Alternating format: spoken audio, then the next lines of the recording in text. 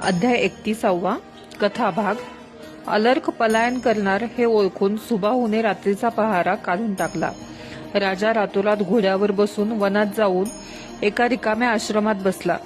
सकाळी अन्निक उरकले आणि आईने दिलेली पेटी त्याने उघडली। त्यात लिहिले होते, संग सोडला असता मनुष्य सर्व प्रकारे सुखी होतो। जे जमत नसेल तर मग निदान संतांची संगत धरावी व फक्त मोक्षाची कामना करावी। त्यानुसार त्याने जवळच्या एका आश्रमातील साधूला संत दर्शनासाठी विनंती केली। त्या साधूने त्याला सह्याद्री पर्वतावर दत्ताकडे जाण्यासाठी सुचवले। तो फिरत फिरत दत्ताश्रमात गेला व दत्ताचे पाय धरले आणि मला दुःखमुक्त करा अशी विनंती केली। तो मदालसेचा पुत्र आहे असे ओळखून दत्ताने विचारले की तो कोण आहे व दुःख कुठे झालेले आहे ती जागा दाखवावी, म्हणजे उपाय करता येईल। तेव्हा अलर्क अंतर्मुख होऊन विचार करू लागला। अनेक तऱ्हेने विचार केल्यानंतर त्याने उत्तर दिले की तो खरा आत्मस्वरूप आहे व दुःख हे मनाला झालेले आहे। आत्मा हा निर्लिप्त असल्यामुळे त्याला कुठले सुख आणि दुःख तरी कसले।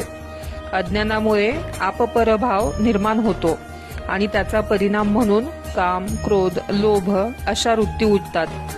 त्यामुळे जर मन दुःखी होत असेल तरी आत्मरूपी अशा माझा त्याच्याशी कसलाच संबंध नाही। देह भावनेमुळे दुःखी होऊन मी आलो खरा, पण आता दुःखाचे जे मूळ कारण अज्ञान तेच निघून गेल्यामुळे मला उपायाची गरज उरली नाही। यावर दत्ताने विचारले की ठीक आहे, तर मग आता तुला निर्वेद असे राज्य वैभव पाहिजे असेल तर तसे स्पष्ट सांग, म्हणजे तेही मी मिळवून देईन। अलर्काने सांगितले की आता त्याला शत्रू नाही व मित्रही नाही, सुख नाही की दुःख नाही। आता मी सर्व काही मद्रूपच पाहतो आहे। मला आता कोणतीही इच्छा नाही, मी सदोदित आनंदीच आहे। राज्य असो अथवा नसो काहीच फरक पडत नाही। दत्त म्हणाला की माझ्या कृपेने तुला क्षणात आत्मज्ञान झाले, कारण तू तपस्वी व योगिनी मातेचे दूध प्याला आहेस।